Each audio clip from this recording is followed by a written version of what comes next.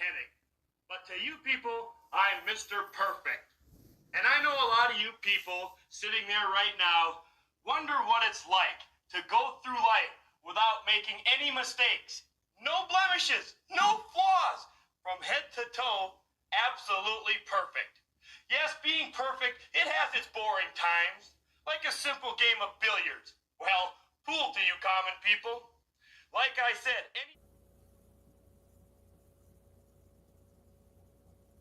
Hey, Curt Hennig fans, hello, and welcome to another episode of Nobody Beats Mr. Perfect. I'm sorry, Nobody Beats Curt Hennig. Nobody. I am your host, Mrs. Witchy Perfect. No one sees me on screen, but you can hear my lovely voice. It really hurts to talk today, so unfortunately, I am not on camera.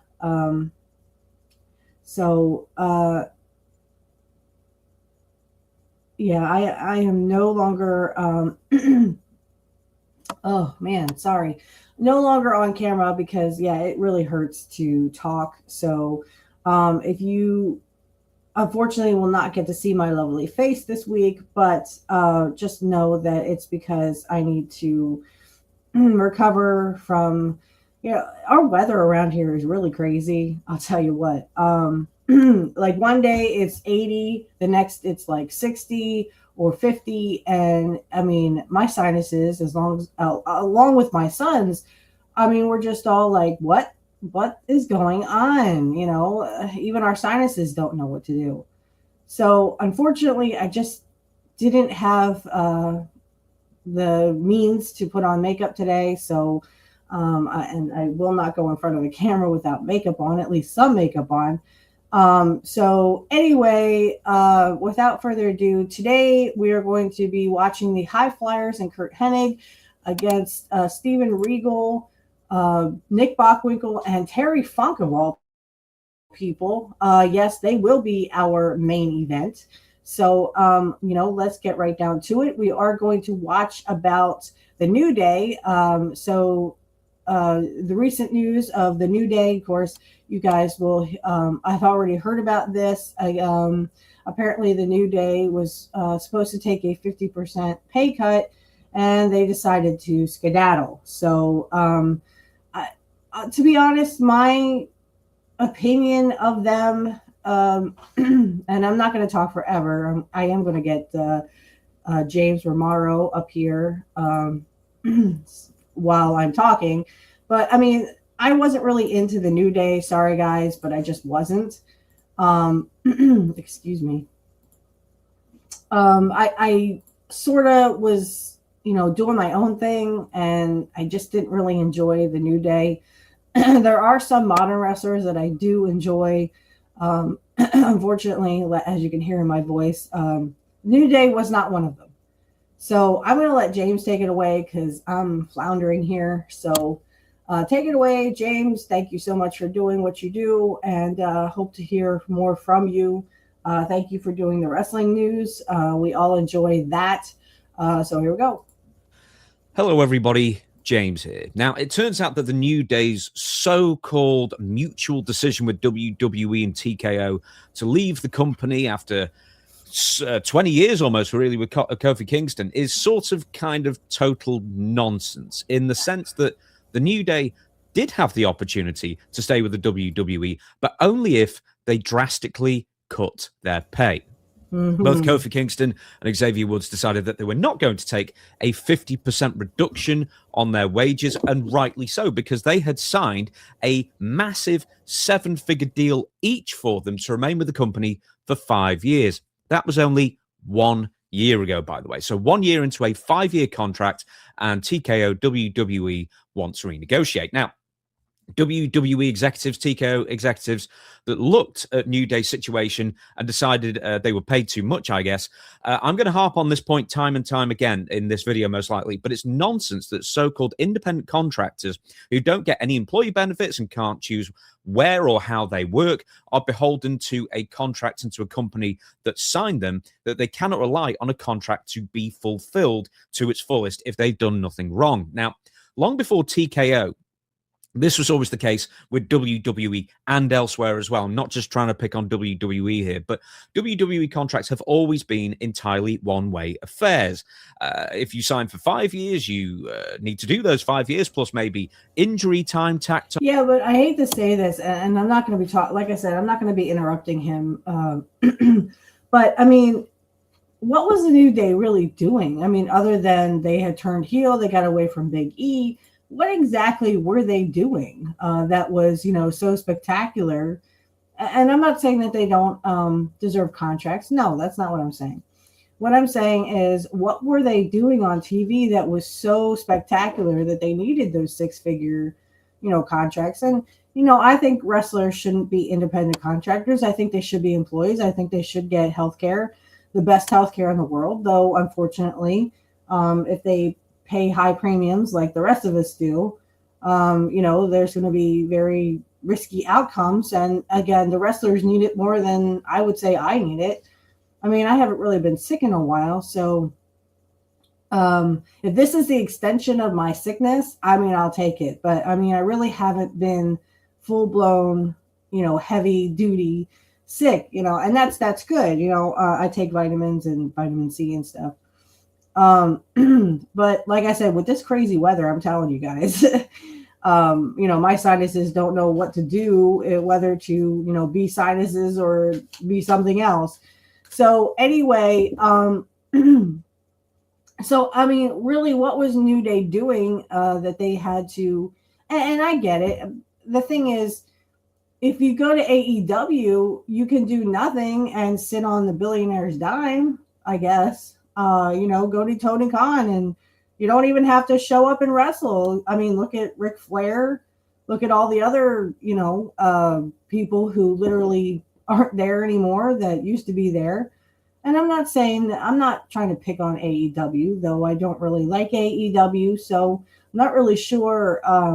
I know if I were a wrestler, I would not go to AEW because I'm not putting my body on the line. But if Tony Khan just wants to have me sit at home and doesn't want me to go to WWE and become a star, then that's fine. But, maybe they can make a killing in, say, AEW, sitting around doing nothing. All right, here's more of this.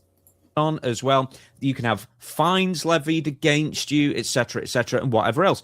WWE, though, on the other hand, can cut you whenever they want for whatever reason they deem fit or no reason, and only need to pay you 90 days salary after you are cut, essentially. And then you can't actually, it's a no compete deal either. You can't compete anywhere else for those 90 days. WWE are paying you, but still. But if it's NXT, by the way, it's only 30 to 45 days, it should be said. But anyway, here's the other thing. New Day weren't the only wrestlers approached to have their pay cut in this manner. They were just the first ones that we know of to reject the deal from WWE. And we don't know why other wrestlers left WWE, so like Tonga Loa, JC Mateo, were given the boot. Could have been the same thing. Could have been that they were just released. We don't know at this point. But here's something else. Some talent who have been approached to renegotiate their contracts by WWE at half price have reportedly taken the deal. Now, WWE has indeed asked talent to renegotiate their contracts in the past. Ridge Holland, a year or so ago, actually claimed, it may be even less than a year, actually, but it wasn't too long ago, claimed that they cut his pay in half as well after taking a 1-year extension on his contract, because I think they were going to cut him. They renegotiated to send him back to NXT, gave him a 50% pay cut, and then they released him, I believe, shortly before that year was out while he was still injured. Now, the most famous example in WWE history is actually WWF history, and it's Bret Hart.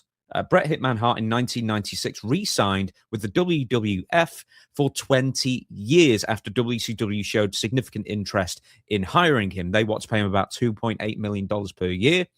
Bret Hart instead, and that was over 3 years, Bret Hart instead signed with the WWF for 20 years for only like $1 million, $2 million more over the course of that 20 years. Only for Vince McMahon to pretty much almost immediately get cold feet on the entire deal. But at least back then, Vince and the WWF were losing considerable money. I mean, they lost like $6 million or something like that in 95. I think 96 was a bit of a loser as well. 97 was looking to be even worse in the first half of the year as well.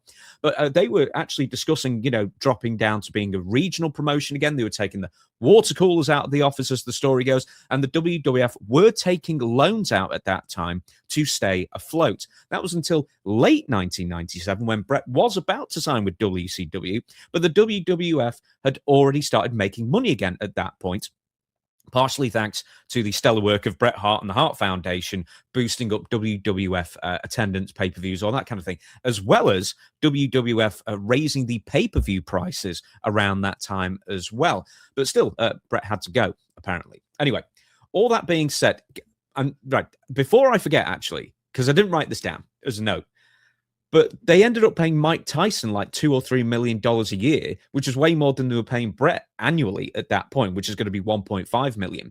And it just seems that the more things change, the more things stay the same. They're going to get rid of some high-priced talent to make way for celebrities, but we will get to that in a bit. Anyway, all that being said, TKO really ramping up the restructuring of talent contracts and culling the roster down significantly to prepare for SmackDown's return to 2 hours, the 2-hour format that's going to be happening in June. And I have a feeling there will be more cuts coming as well. I mean, half the MFTs are gone at this point, and I wonder what is going to happen to the rest, because it kind of now doesn't really make sense as a group, really. Anyway, this has got to be a complete morale killer in WWE, especially considering just how much money it was revealed.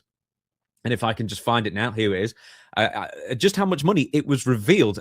Brandon Thurston's done a graphic. How much TKO and WWE top executives are pocketing, and not just like this year, but year on year as well. It is obscene how much they are making in bonuses and stock options, as well as just their general wages. Here we go. This is year on year. So 2024, Ari Emanuel, the TKO CEO and chairman, made $67 million, nearly 300% on over what he made of $18 million the year before in 2024. So that is what? $49 million right there for one person. Mark Shapiro ended up getting an extra $9 million from $32 million in 2024 to $11 million, excuse me, slap of the hand. Nick Khan went from $6 million to $24 million. He ended up getting an extra $4 million bonus, I believe, just from helping launching Zuffa Boxing as well, which is, well, I was going to say it was going to be weird because he's not TKO, he's WWE, but they're all TKO, aren't they? And Andrew Schleimer, I think that's how you pronounce it, or Schleimer, however you pronounce it, has gone from $8 million to $23 million, an extra $15 million right there. So we've got $49 million, $60 million, $78 million, $88 million, 90. Is that 93? Okay. That is $93 million extra in just 1 year, from year on year, going to 4 people. $93 million. And that's not the entirety of how much they were paid. That is how much they were paid year on year in excess of what they made in 2024. It is, and fine, it's all capitalism, blah, blah, blah. I understand that. But still, $67 million for a year to sit around in a suit and tell people that we need more celebrities. Anyway, WWE generated. Now, this is even more important here. WWE generated in the tax year 2025. In the year 2025. I think it's calendar year 2025. $1.709 billion that year. Now, TKO also doesn't separate the profits from WWE, UFC, and all the other Endeavor stuff, I guess, as well, or ex-Endeavors. I think Endeavor's its own thing. Anyway, it doesn't matter. It's basically UFC. The profits they brought in for 2025 was over $500 million. $546.2 million was the profit for TKO in 1 year. And that was with all those people making that extra, $93 million that I just said as well. There's some further points here that I want to bring up very quickly. as a storyline. And I don't think they're really putting two and two together here, but Joe Hendry keeps singing songs about how WWE should fire Logan Paul, which a few people have said is a bit tasteless considering how many people have really been fired.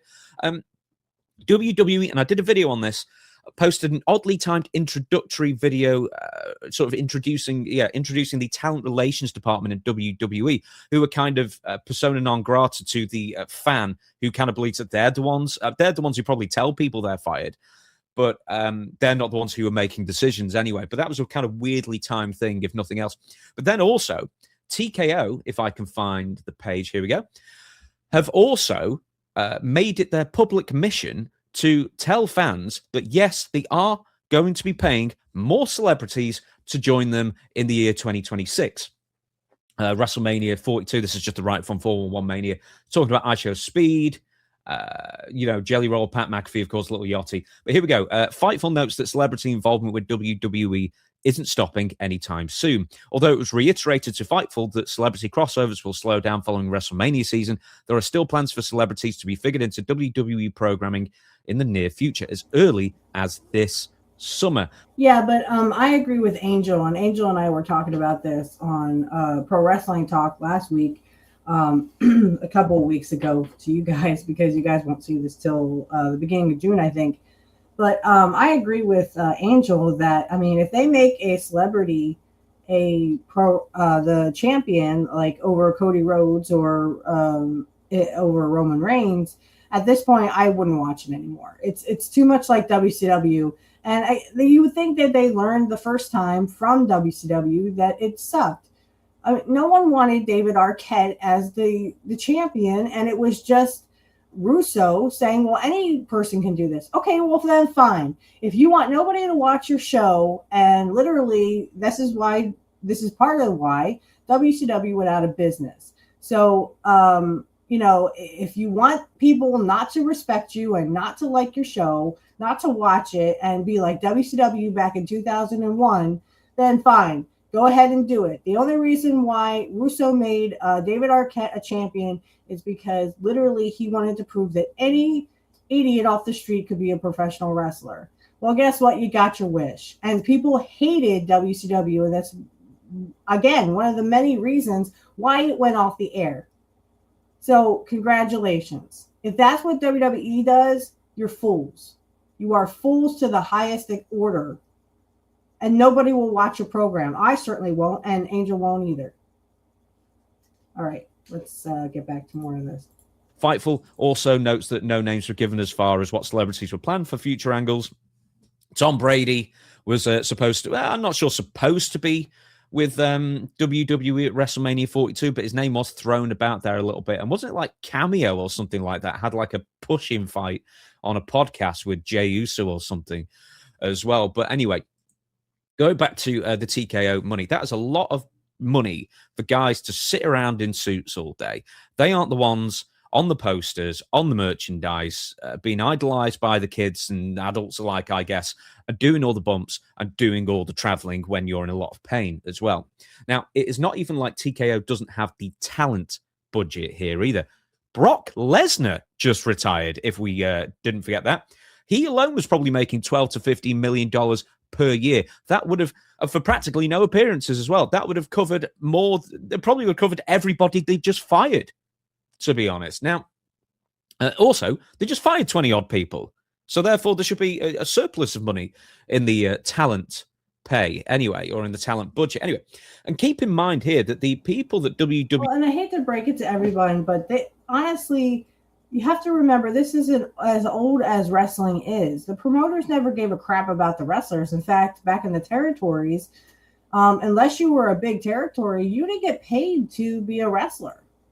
So, I know Jim Cornette talked about this in like little territories, like, I'm not saying little, but I mean, if you go back to Portland, unless you were like a champion of a, said territory, like Portland, you really didn't get paid much.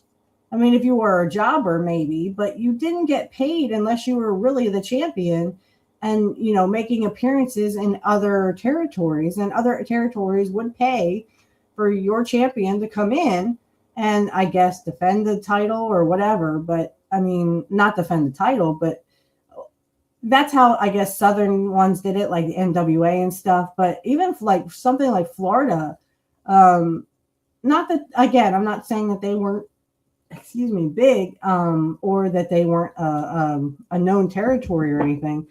I mean, Portland was known, but they were kind of secondary to like the AWA and,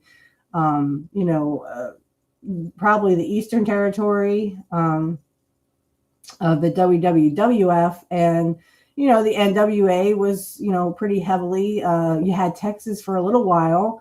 But again, this is as old as time, where unless you were somebody in the wrestling business, you really didn't get paid a whole lot. That's sort of, and I think Curt talked about this in one of his interviews, where, unless you were somebody, you really didn't get paid.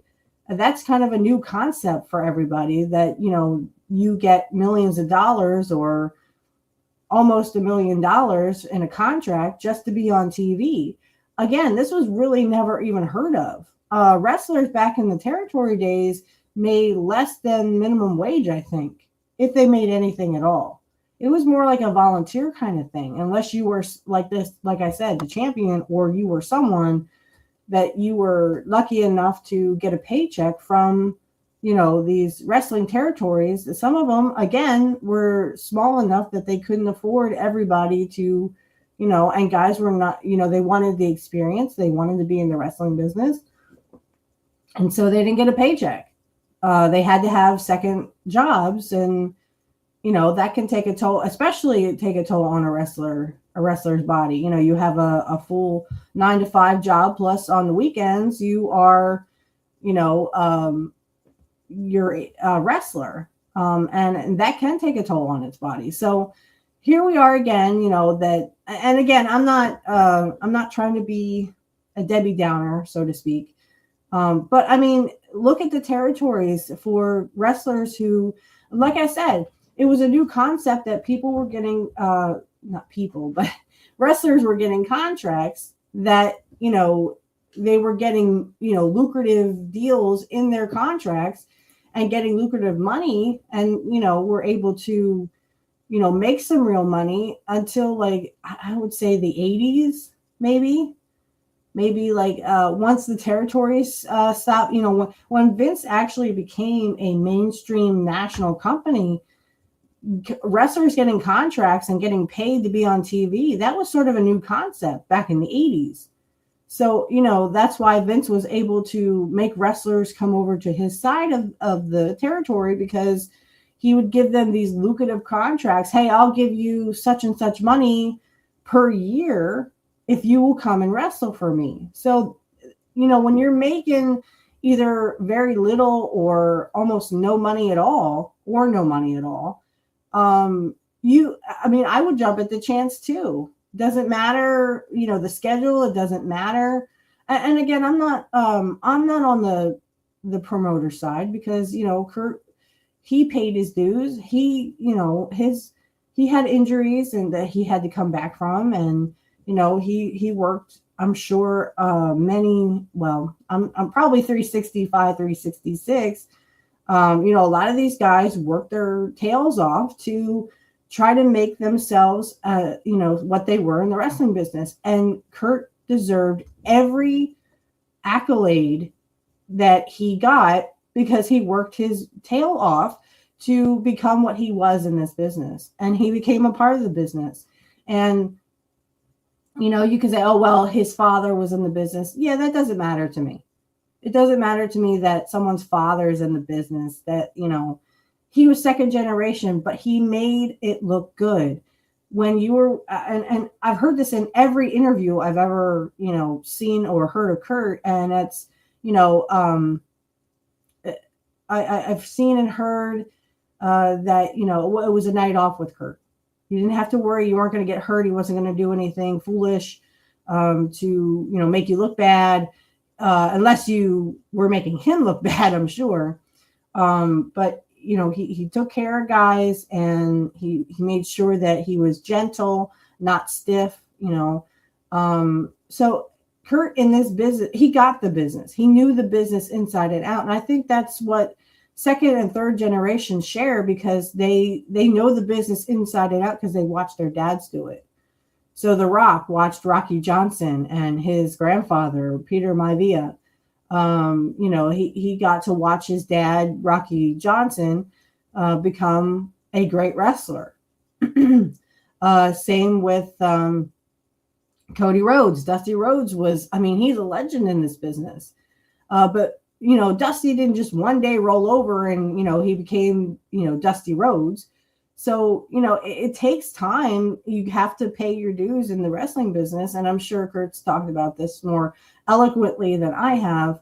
But I mean, it is something to behold that these wrestlers, they put their bodies on the line, and of course they're in pain, and again, I'm not sticking up for the promoters. I would stick up for the wrestlers because, Curt was a wrestler, and I'm sure he would say the same thing about this younger generation that, you got to pay your dues in wrestling. And if you don't, well, then they won't keep you. They don't have anything for you. I don't know why, I'm sure Curt took a pay cut from when WCW got bought out. I'm sure Curt took he took a pay cut when he went back to the WWE. I'm sure Vince, even though Vince loved Curt, he was a veteran, but a lot of people say he didn't fit in. Vince didn't give him enough time to fit in again. He didn't give him time for the veterans to get, back in. I mean, Hogan is Hogan, but he even gave Hogan a longer time to, they brought the NWO back, and I thought that was ridiculous because, again, you should have left the NWO and the WCW. That's one of the reasons why WCW became as popular as they were. By 2002, the NWO was a different entity. It wasn't the same. It wasn't what we were used to when it was WCW or, the NWO versus WCW, and the NWO thumbed their nose at authority. And that's what people loved about them. In 2002, it was like, the NWO was now putting down the little guy, Stone Cold. Stone Cold was still very popular, I think, in 2002. And that's why I didn't get why the NWO was versus Stone Cold, because, they should be on the same side. The NWO, as well as Stone Cold, thumbed their nose at millionaires, and said, we're not going to be held down by you people pocketing all this money. And, we're against tradition. Whereas tradition was the rich guy got everything and the poor guy got nothing. And it's the same thing here when he was talking about, how these guys are making all this money and, there's enough to go around because these guys are making more money than ever possible. I get that. But again, you don't know how the rich think. And I'm not trying to get into politics here, but this is as old as time, as old as the time continuum of where these promoters just don't care about the wrestlers as much as they care about making profits, because they wanted to be number one. Again, if it wasn't Vince McMahon becoming, nationalized, it would have been probably Vern. And how would Vern treat, the wrestlers once he became nationalized is a question for another day. Now, would Vern be, fair to the guys? I don't know. No one ever got a chance to know what would happen if Vern Gagne had become nationalized instead of Vince McMahon. So there are still questions out there, and I think that everyone is not really being fair. And people are surprised. Oh, I can't believe that they let go of the New Day. Again, I can't believe they let go of Killer Cross, who is Karrion Kross, or Kevin. I can't believe they let him go because he was starting to make waves with, turning Sami Zayn heel, and they let him go, and they wouldn't even talk about, Scarlett, or Elizabeth. So I'm not really shocked as much as I am that I'm appalled at it. But making these guys take pay cuts while you guys are sitting in the laps of luxury. Again, I don't want to get political because this is what politics has become. The big guy gets all the money and the little guy gets thrown on the street because, how dare you be a poor person in this time and age. So, you can agree with that or disagree with that. That's fine. That's why we live in the United States of America, and hopefully we could still have, free speech around. Unfortunately, that's being gobbled up as much as possible nowadays. If you're controversial about things, and I'm sure there's some wrestler pencil pusher out there who's going to, we have to cancel her because, she said that our rich CEOs are getting too much money. Again, this is as old as time, where the promoters to stay in business would pay the wrestlers crap. I'm not surprised at all that Curt moved to, Vince in 1988. I'm sure Vince gave him 3 times as more of what Vern was giving him. See, that's the thing, and like I said, we can ask all these questions. We can, try to get into Vern Gagne's head or Vince McMahon's head at the time. But, no one knows except for them what exactly they would have done if they were in the other's position. If we had switched it, like I said, if we had switched this where Vern Gagne had gone national and Vince McMahon just had to give up the territory, right? If he would had to sell the company like Vern did, would things be different? Would things be any different now with Vern in charge and gone nationalized? Would he treat the guys better? Would he make them do what Vince did, which was long days of, traveling and, you're hurt and, you could be injured, but you need the paycheck, you need the steady paycheck. So, you pay your dues as best you can and you're going from town to town. And that's the other thing is they got rid of, the house shows. There's no more house shows really. And this is why wrestlers are getting hurt because they say, oh, well, we'll save the wrestlers and they can, they don't have to travel as much. Well, so you're not getting any practice for the new people who literally need that practice. And, I agree with Angel. It's actually injuring. It's causing more injuries than it would be if they were actually doing house shows. But the reason why they did house shows is in the first place is because that was their bread and butter. House shows were their bread and butter. And to the fact of they're just on Raw or they're just on SmackDown, or they only show up for pay-per-views when they're actually needed. I mean, that was their bread and butter. That was how the territories made money, is literally house shows.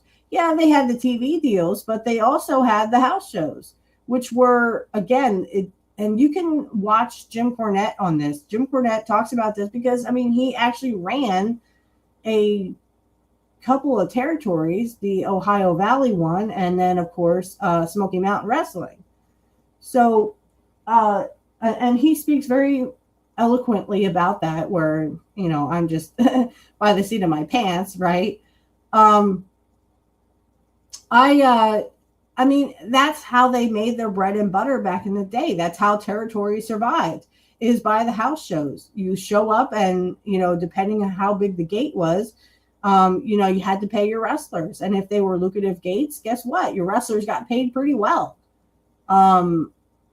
And again, you don't have to go this far of, well, you don't know because you weren't around. Yeah, technically, I was around. I was a baby when AWA was still a territory. In 86, when I came into the world, AWA was still kind of prominent. They weren't as big as they might have been, maybe, because they had lost Hogan, they had lost Jesse. But again, this is something that wrestlers were doing because Vince was offering them lucrative contracts to do, their schedule. But I don't know if Vince said, well, it's a little less, harder on you. I don't know. I wasn't around for those negotiations, but again, I'm pretty sure they said, well, I'll give you this much money, which is more than you're making now, probably 3 times more than you're making right now. And, it's not a bad schedule. It could be probably the same schedule, if not maybe a softer one on you. So here we go. This is how you buy out talent. This is why the territories went out of business. But if Vern had done the same thing, would we still be talking about, Vince McMahon in the same kind of, well, he stole talent? Well, so did Eric Bischoff. In the 1990s, early 1990s, I'd say, into the later 1990s, that's what Eric Bischoff did. Eric Bischoff went and got Hogan. He went and got Macho Man. He went and got, Scott Hall and Kevin Nash. He went and got all these guys from WWF who were tired of the WWF schedule, I guess, or they were just tired of Vince. And they went over and they became something in WCW. And they were already stars, though. So they kind of made WCW even bigger, especially when they came out with the NWO, which was to thumb their nose at authority because all these rich people were getting richer and the poor people were getting poorer. So again, I'm not trying to bring politics into this. That's just a fact. That is a fact. You can look it up. And it's still happening today. Again, you can look it up. And again, just from... This is not too far off to say that, James is absolutely correct here, that, it's just the greedy capitalists who are getting away with this kind of stuff, and people will defend them. That's fine. You can defend them, but don't be surprised when you own nothing and you will be happy and you will eat sea bugs. That's all I'm going to say about politics. All right. So we're going to stop sharing there. I've had enough of that one. The next one we are going to watch is, this is about TKO, I think. The first quarter of 2026 report came out for TKO. And I mean, they're making money hand over fist. And I mean, that's great for them. But when you look back down at the wrestlers, I mean, this is no different than a corporation when you really think of it. So, you have the brass tacks at the top, and then you have the employees. And this is another one where the top gets all the money and the bottom share what is left after all the profits are made. So, all right, I'm going to go ahead and get that up for you. I just think I think it's ridiculous that we're still in this time of, well, the rich are they're going to keep getting richer and poor people are left with whatever's left. Call me whatever you want. But I don't like to see people suffering. And we are. All right, here we go. Hello, everybody. James here. Now, yesterday, TKO had its Q1 2026 investors call and discussed in it several issues relating to fan complaints, as well as logistical issues for WWE and UFC as well, of course, as touting all the success TKO has achieved, and specifically WWE has achieved in the first few months of the year. Suffice to say that the fan criticisms were addressed in just about as condescending and dismissive a way as possible, but we will get to that in a couple of minutes. First up, what was addressed was the Saudi Arabia situation. As I'm sure you will all know, the US and Iran and Israel and Lebanon and whoever else are having a little bit of a tiff down there in the old Middle East once again. Will they ever get along? But that's causing a huge number of issues regarding flights and safety as citizens and visitors alike in neighboring states. Now, the original plan was for WWE to go to Saudi Arabia this June 23rd in Riyadh for the WWE Night of Champions PLE. But while SummerSlam and Money in the Bank were booked way in advance and announced way in advance, it took TKO up until April 23rd to officially put in the books that Night of Champions was indeed going ahead, despite all the security concerns that there was then and still is now. And also, more than the security concerns, are, of course, the economic concerns. Roman Reigns got out of that show very, very early, supposedly, by the way, which is why he's been taken off of all the June shows leading up to Night of Champions, despite being the champion. Anyway, TKO recently doubled down on the whole Saudi commitment, despite local tension, saying that there were going to be no less than 8, I think, TKO shows taking place in Saudi Arabia, or like satellite kind of places as well, including Night of Champions, along with the UFC Fight Night in Azerbaijan on this same night. That's going to be featuring Rafael Fiziev, I believe it pronounced it, versus Manuel Torres. Now, look, you've got to keep on cashing those $50 million checks. I get that, while cutting WWE talent pay in half, I guess. But anyway, another interesting tidbit is TKO's Mark Shapiro assuring investors in response to the Saudi Sports Authority pulling funding from Live Golf. Here's the quote. Following the news of PIF withdrawing its funding in Live Golf, our partners in Saudi Arabia have confirmed that will not be the case with TKO. Their commitment to our properties in 2026 and beyond is unwavering. I'm sure secretly TKO are actually pretty worried about this. And I guess investors would see the whole Live Golf situation and be worried as well, so I'm not surprised why Mark Shapiro has come out so strong with that statement to assure the investors. But this does go to show that Saudi Arabia, it may well be a near bottomless money pit, but even they have their limits if they don't see their returns on their investments, at least at some point. Just to explain quickly, if you don't know, for sports fans, I'm sure many of you will be aware of the breakaway golf league funded by the Saudis called Live Golf, which promised higher pay, quicker games, no cuts and whatnot for the players.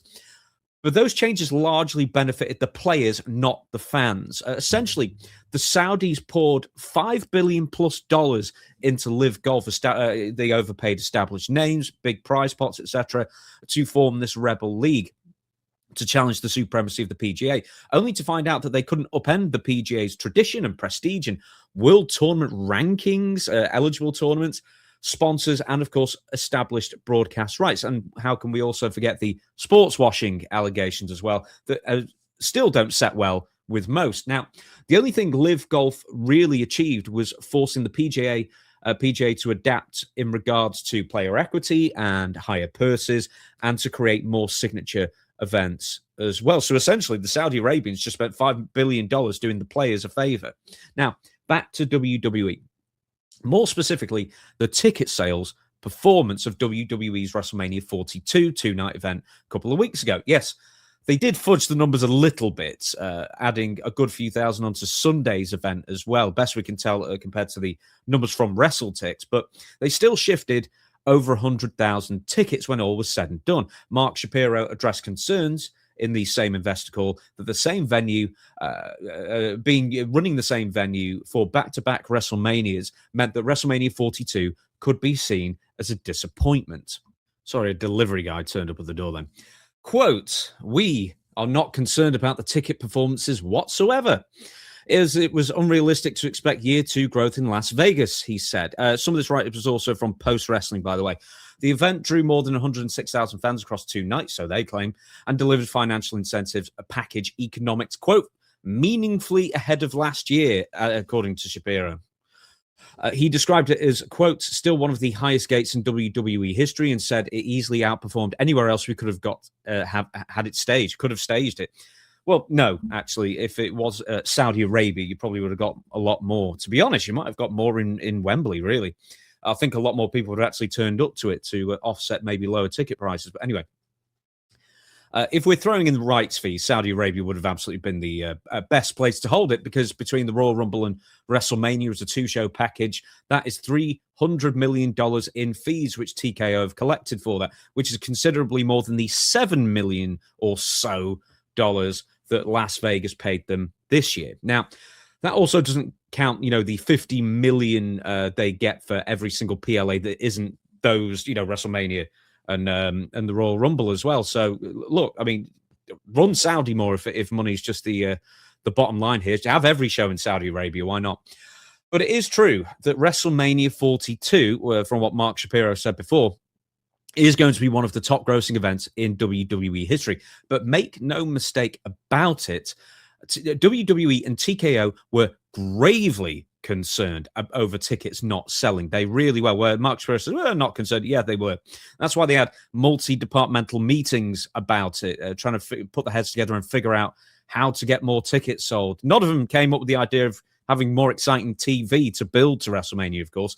It was all briefly attempting a blackout in Las Vegas to stop people from watching the shows in public unless you bought tickets to the show itself, or any kind of discount or sale that they ran that seemed to be like a dozen of them in different places, to then actually having Pat McAfee himself, the supposed biggest heel in the company at that time, to arrange a discount for the fans for the Saturday show only live on SmackDown. Yes, WWE and TKO were very concerned. Anyway, they were also probably concerned that they have, quote, only sold a little over 12,000 tickets for WWE's Backlash PLE this weekend. And I say only because it's still, a huge amount of people going.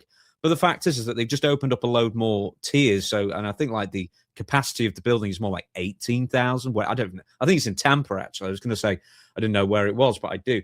So all those discounts for WrestleMania, look, this is all that's happened. I've said this before. All that those discounts did, not only on WrestleMania, but every Raw and every SmackDown leading up to it, seemingly as well, has taught the fans that, number one, WWE are not going to get close to selling out on the first day, and two, WWE will drop prices the closer they get to the show date. So all they have done is just taught the fans their tricks, and now they're wise to them. Now, what it hasn't taught WWE and TKO, though, these comparative struggles of selling tickets, because they're still huge numbers, is that they need more compelling storylines and more dynamic television to hook in the viewers. And WWE also hasn't learned that forcing some established WWE fan favorites to take a 50% pay cut paints WWE in a horrible light and makes it a little harder for fans to want to support the product, especially considering that TKO announced just before this call, TKO announced a reported $1.6 billion in revenue in the first quarter of 2026, which is a 26% year-on-year increase across its businesses. And also, one more thing I forgot to add before, lower the ticket prices. That really would help. Anyway, here's something else. UFC lost a ton of money. Was it like nearly $400 million or something like that for paying out fighters for the Kung Lee lawsuit as part of the settlement?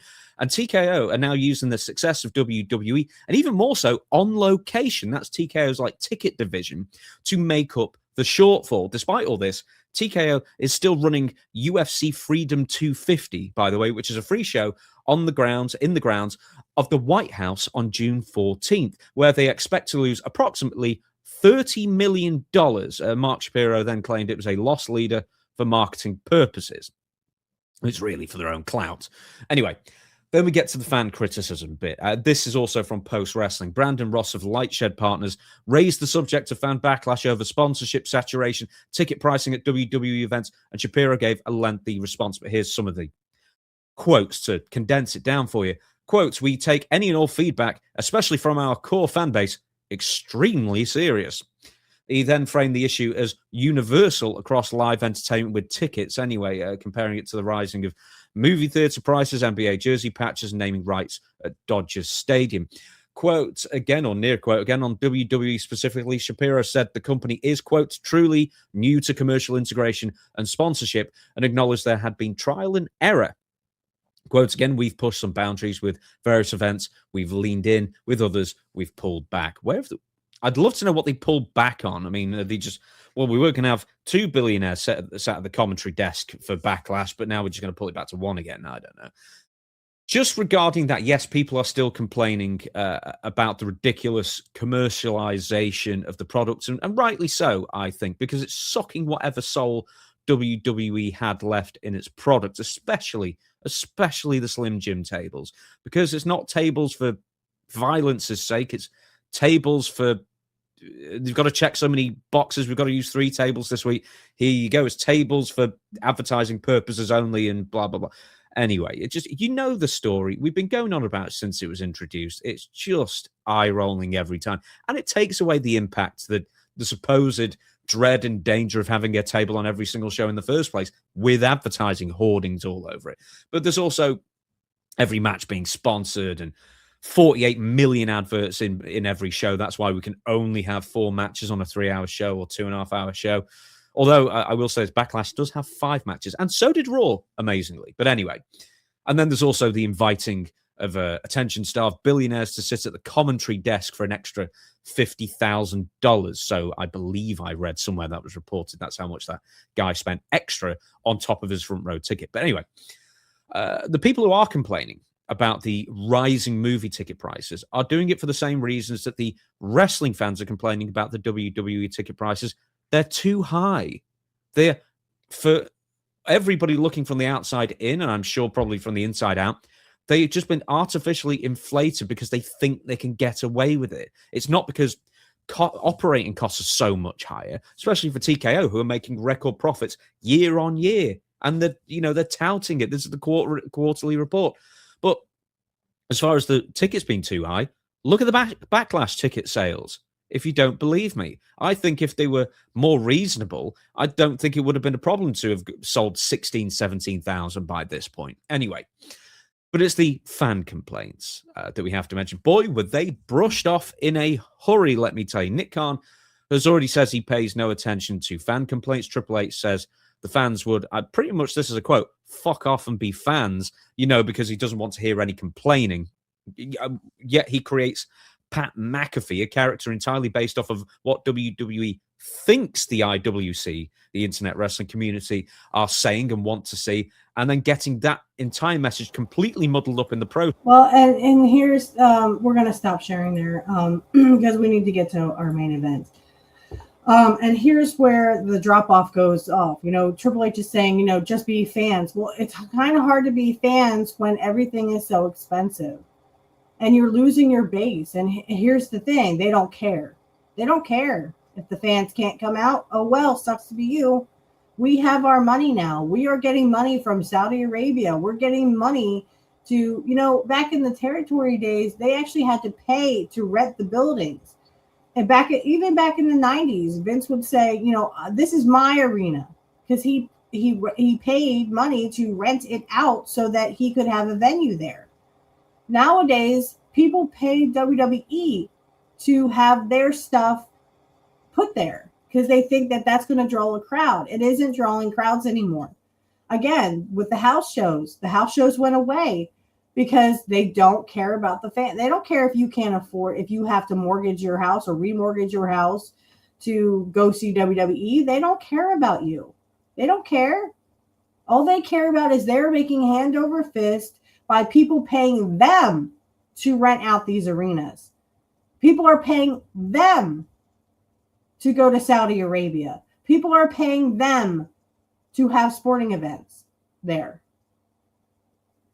I don't know how else I can get across to everyone. Again, this is not about politics.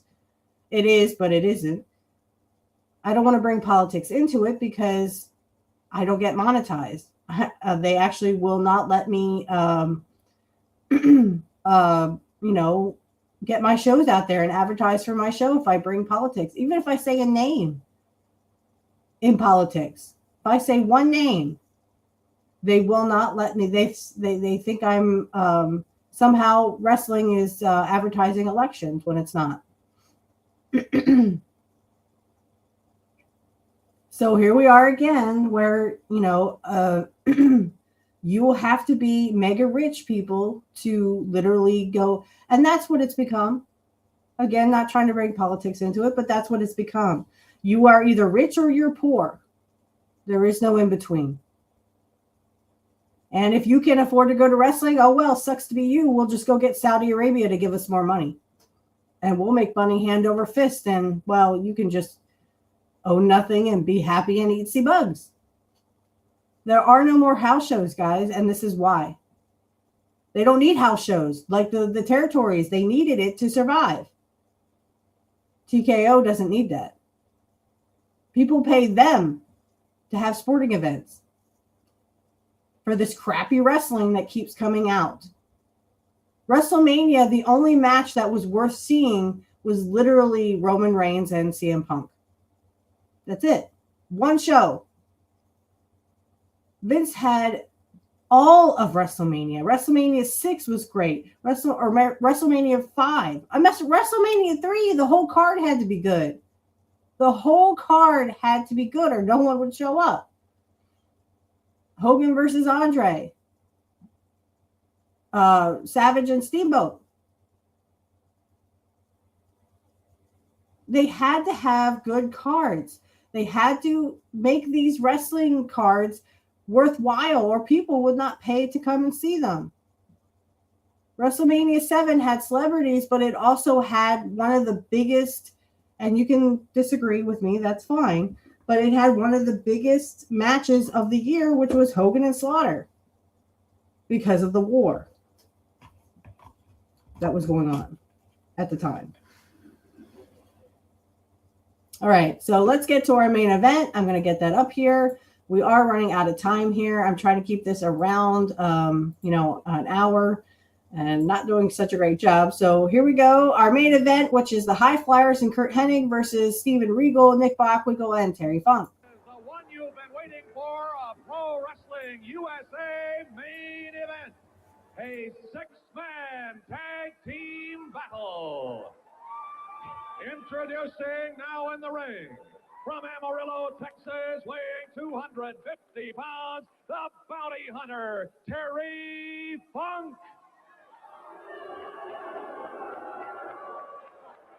From Beverly Hills, California, weighing 248 pounds, former heavyweight champion of the world, Nick Bockwinkel.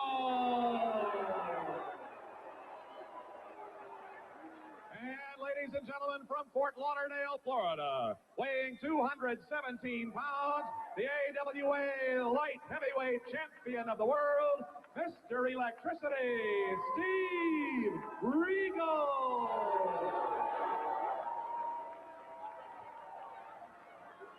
And now, ladies and gentlemen, approaching the ring area for this big six-man tag team main event, here they come.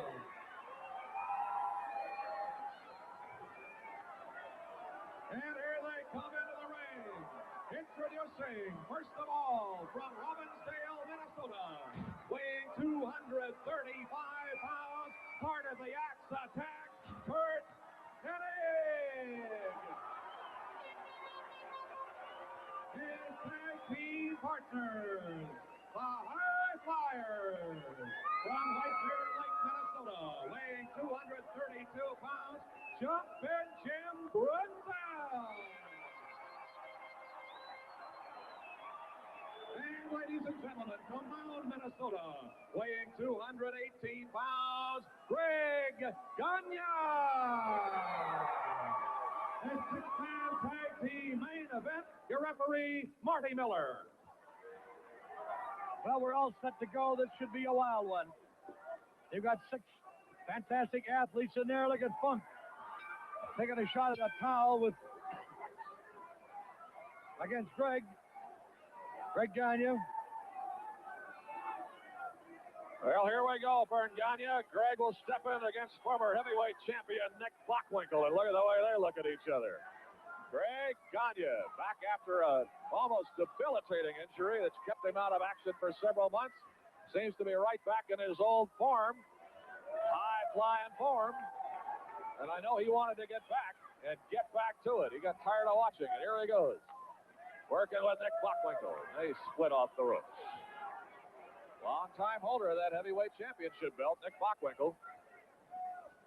Yes, he certainly was. Working now on Greg Gagne on the ropes. First over and then under. Drags him off the ropes. Smash into the turnbuckle. Oh, look at that. Right to the midsection. What? Greg turned it around. Look at that. And down goes Bockwinkel. A great combination by Greg Gagne. And down goes the former champ again. Caught him with one side of a flying drop kick, and that was enough to send Bockwinkel rolling under the bottom rope and out of the ring. After just one, set two with Greg Gagne. These are the two starters. Neither man is tagged yet. You see now, your son Greg Gagne, what a great feeling it must be to see him not only competing, but as one of the top competitors in pro wrestling today, Bert? Well, thank you, Doug. Greg and Jim Bruntel, they've been the World Tag Team Champions for a while. There's a big left there by Funk with those taped hands. A block. He's got that boy. Oh. Funk almost deep sixed himself over the ropes. Now, Greg slams him back to the turnbuckle, but they make a tag? I guess so. Here comes Curt Hennig. I'll tell you, Greg doesn't want to let this one go, does he? No, he don't. He's got to watch it do. You know, he's very eager to get back in that ring, but he can't be too eager. He's got to tag off like he did. Oh, look at that right hand. But here comes Steve Regal. They made the tag apparently, and Funk leaves the ring. But Curt Hennig off the rope. Vern Gagne, he must have been 20 feet there. It sure seemed like it, Doug. Oh. I'll tell you, Curt Hennig latched hold of him, and Steve Regal, Mr. Electricity, went for a plane ride. You've got three in that corner that are very, very tough wrestlers, and that's inside the ring. Steve Regal, the light heavyweight champion. Missed another miss. Beautiful. Oh, great move. What a beautiful move. There's the tag, and here comes jumping Jim Bruntel. Was that a beautiful combination? Yes, it was. Now, Funk tried to get in the ring for a minute, and so does Bockwinkel. I'll tell you, Jim Bruntel's got this one under control for the moment. And now, look at this. Jim Bruntel polishes off Regal. Slams to the side of the head of Bockwinkel. Working on Bockwinkel, but now back comes the bounty hunter, Terry Funk. Into that classic boxing stance now. Punching out, throwing punches at him with those taped up hands, Doug. You know, I wanted to say, when you got the combination of the AWA and the National Wrestling Alliance, you got some fantastic talent, and the match is showing. I mean, this is as wild a tag team as I've ever seen. Incredible. A jam-packed capacity crowd enjoying this one. Wherever you're seeing it, whether it be New York, San Francisco, Las Vegas, Denver, also our friends in Winnipeg, Vancouver, Windy City, Chicago, Dallas, Fort Worth, and all the mid-cities. Boy, is this wrestling action. Right wrist lock, but look at this now. Whoa, and Funk got his way out of it, but tremendous back suplex by Funk. Don't forget, he's a former NWA heavyweight champion of the world. He's a very, very tough wrestler. Jim Bruntel's got his hands full. What a contest here. Look at this. And then Jim reverses it. Oh, look at that. Jim Bruntel, tremendous move. Remaining time, 2 minutes. 2 minutes to go in this match. They're going to go for this ball if they can get it. Look at this. Greg is ready to go. Off in the corner. Here's Bockwinkel. Oh. Slam to the turnbuckle. Greg Gagne. Oh, he missed the blind drop kicking. Bockwinkel just hit the brakes. Not a moment too soon. Oh, sleeper hold. The sleeper. Here's Bockwinkel. Can Greg kick out of this one? That's a tough one to get out of. Oh. Several versions of that sleeper, which you yourself made famous, and Bockwinkel is using one on Greg now. Oh, and effectively, apparently. And it looks like it's right across that throat, but the referee is in there close. He's got to watch it. Right between it. It does look like it's slipping off that chin. Can Greg get out of this one? Greg, you got to get out of there. You got to get up. Into the turnbuckle. Yes, sir. That broke the hold, but it's right back on again.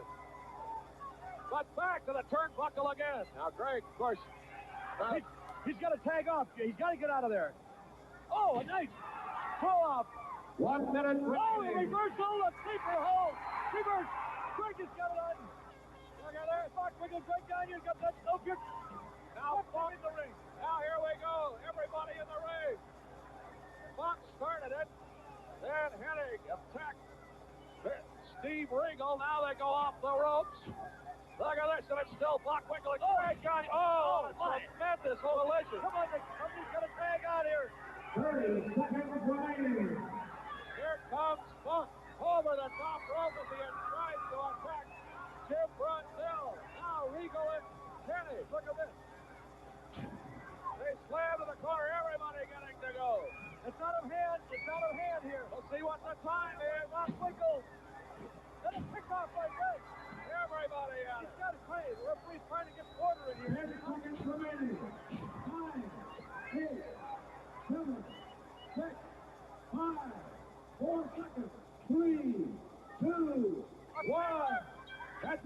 Oh, it's a draw. Time expired, but they're still going at it, Vern Gagne. They're not quitting, Doug. They're out on our table. Whoa. These big bodies coming all over the place.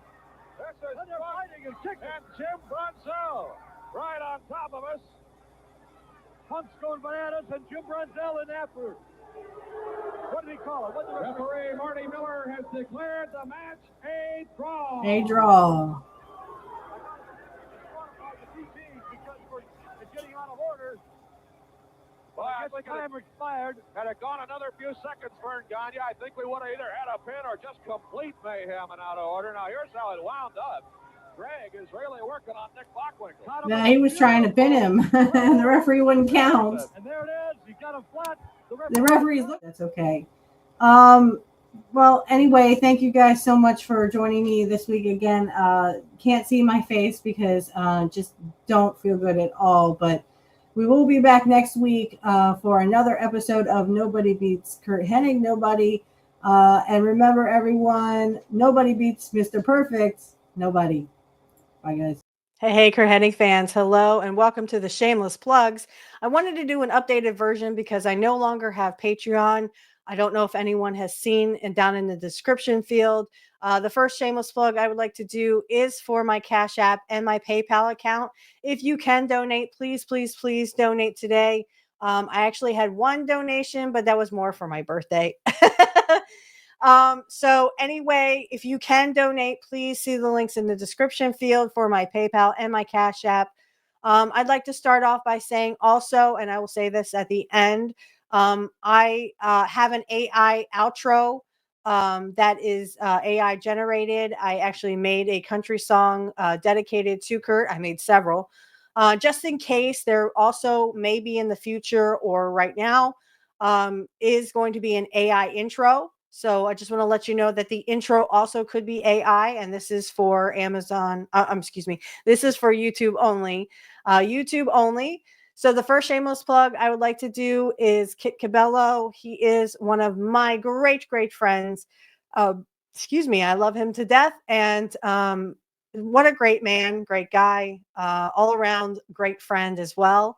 You can catch him on Heartlands Media. That's 9 a.m. Central, Monday through Friday. And he will tell it like it is. Trust me, he will tell it like it is. Can't say enough great things about Kit Cabello. Also, check out Angel Riviera. He is in Angel in the Afternoon. And of course, he is my host for Pro Wrestling Talk. Pro Wrestling Talk is every Saturday night at 8 p.m. Eastern Standard Time, though those are scheduled to change due to family issues or WrestleMania or a pay-per-view. Also, I would like you to, but definitely check out Angel in the Afternoon. It is 7 p.m. Eastern Standard Time. And he also tells it like it is. Way to go, Angel. Okay, on to deconstructing topics. My big brother, Dave. I can't say enough great things about Dave. He is a big supporter of mine, and I'm a big supporter of him. If you check out Deconstructing Topics, he has his own show. I'm not sure what episode he's on right now, but he has a great podcast. Please, please, please listen to it. You can check it out on YouTube. I don't know if he's on Rumble, but I'll see if I can get a Rumble link. All these links are in the description field if you want to check these people out. Also, I'd like to mention my little kid brother, Alex Knight. We are actually not really related, but I see him like a little brother. So anyway, Alex Knight, you can find him on Angel in the Afternoon. You can also catch him on Pro Wrestling Talk. And I think he's going to do a baseball podcast with Angel as well. So check that out. That'll be on Sundays. I'm not sure the time. I'll have to get that from Angel later. But I just want to make sure that you check him out because he is a great person and someone I can call friend and little brother. The next shameless plug I'd like to do really fast is Black Magic Talk is my other show, guys. If you would like to check that out, all you have to do is click the link in the description field, and blessed be to you if you are also a witch, wizard, or warlock, or whatever you call yourself. You can check that out in the description field. We have a lot of fun over there. I love to have on special guests, especially Sonia Smith. She's a very dear friend of mine. I hope you will subscribe to all these people on YouTube or on Rumble. We are also on Rumble. The Rumble description field, the link is in the description field. Sorry. If you would like to check that out, this will be going on YouTube, of course, because I don't need this for Rumble. I could put it on Rumble. I think I might. So if you are on Rumble watching this and you would like to see the YouTube version of this, it's mostly audio that you will see, except for this part, right? Just check us out on YouTube. The link is in the description field. And again, if you want to check out Black Magic Talk, you can check that out too, where we talk everything pagan and Wiccan. There is no evil or black magic, of course. It's all great fun, and we have a good time. If you like a personal tarot reading from me, click the link in the description field below. I can get you my, my pricing and stuff. If you would like to be a guest on the Black Magic Talk, or if you'd like to be on Pro Wrestling Talk, you can DM me on X. My X is in the description field for both Black Magic Talk and for Curt Hennig podcast. Go ahead and hit those in the description field and DM me, and feel free to ask if you'd like to be a guest. If there's anything else, concerns, or if you would like to just give feedback, you can always DM us on X and so on. Just want to mention my Cash App and my PayPal account are in the description field. If you can give to the show, great. If not, please enjoy the show. That's what we are mainly here for, just for your entertainment purposes only. And again, I will reiterate that the AI outro song is AI generated. That is for everyone, for Rumble and for YouTube. Also, there could be an AI intro song. Just want to let you know that if there's ever an intro song, it is AI generated on YouTube. I created a couple of songs here and there, a couple of country songs I think that Curt would like. So I hope you check those out. And remember, everyone, nobody beats Mr. Perfect or Curt Hennig. Nobody.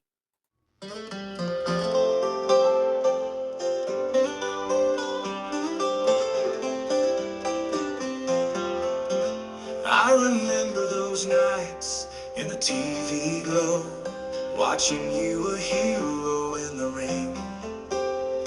With every match, you'd steal the show, making us believe in impossible things. Golden locks and a confident stride, wrestling through battles both big and small. With a perfect plex, you turned the tide. Mr. Perfect, you had it all. Oh, Mr. Perfect, where'd you go? In our hearts, you still steal the show. In a world that's moved too fast, your legacy's meant to last. Behind the glitz and all the fame was a man with strength and grace. Though we never knew your name, you left a mark time can erase. I can still hear that entrance theme echoing through arenas and TV screens. A legend in his prime and dream, you remain in all our scenes.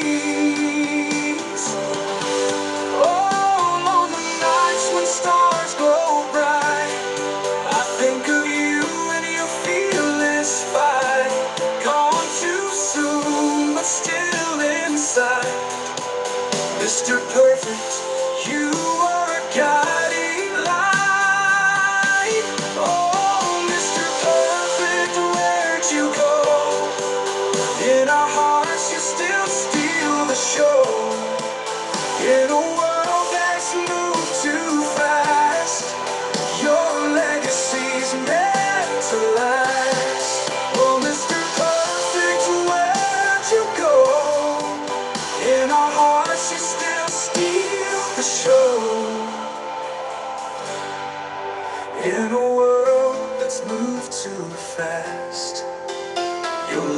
promises meant to last.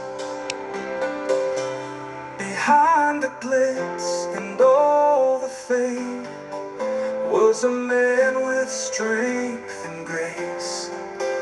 Though we never knew your name, you left a mark time can't erase. Though we never knew your name, you left a perfect